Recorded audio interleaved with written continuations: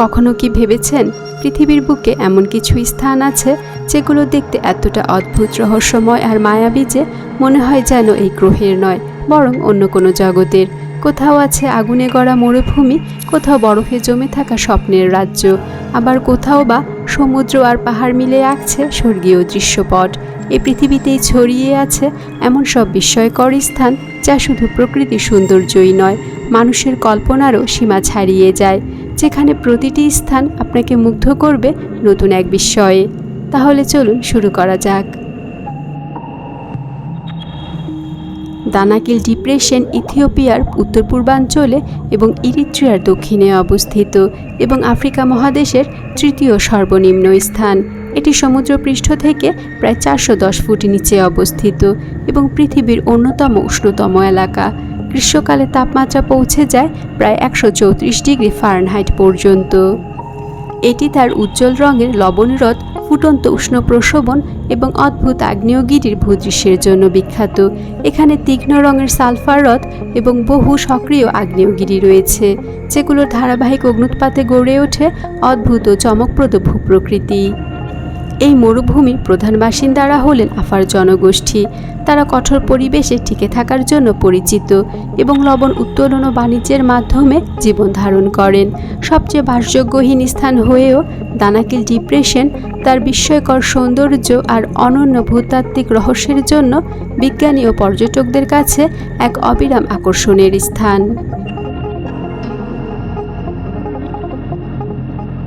কানাডার রকি পর্বতমালার কোলে অবস্থিত বানফ ন্যাশনাল পার্ক দেশটির অন্যতম বিখ্যাত পর্যটন কেন্দ্র। এটি কানাডার সবচেয়ে প্রাচীন ন্যাশনাল পার্ক, যা প্রতিষ্ঠিত হয় 1885 সালে। প্রায় 2564 বর্গমাইল এলাকা জুড়ে বিস্তৃত এই পার্কের প্রাকৃতিক সৌন্দর্য সত্যি মুগ্ধকর।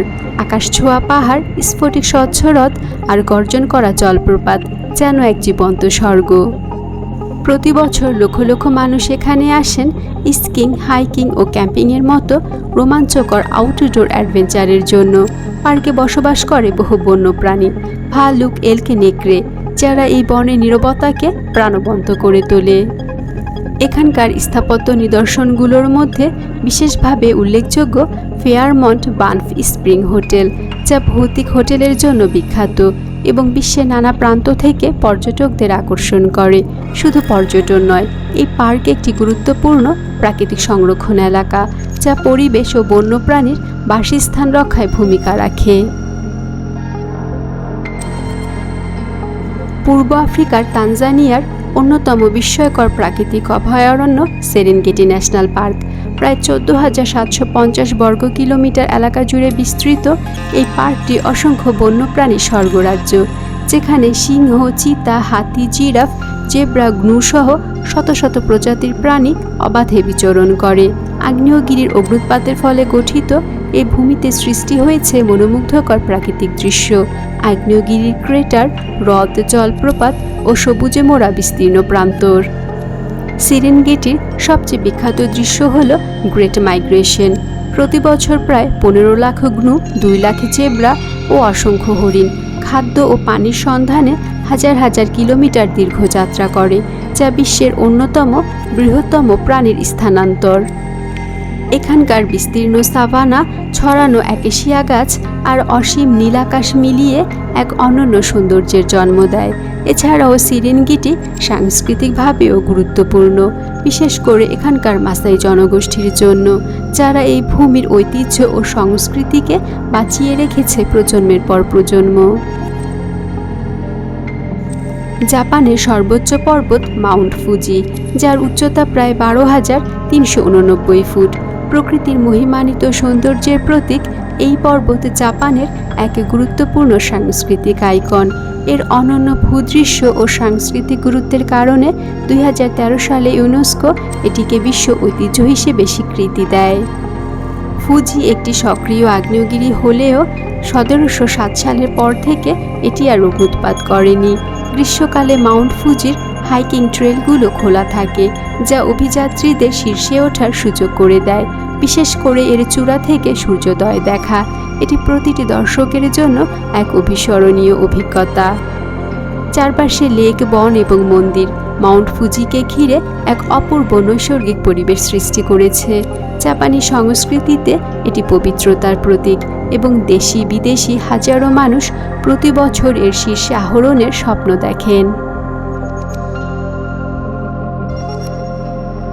গ্রিসের অন্যতম বিখ্যাত স্থান স্যান্টোরিনি, যা সাদা রঙের বাড়ি আর নীল গম্বুজওয়ালা চার্চগুলোর জন্য বিশ্বজোড়া খ্যাতি পেয়েছে।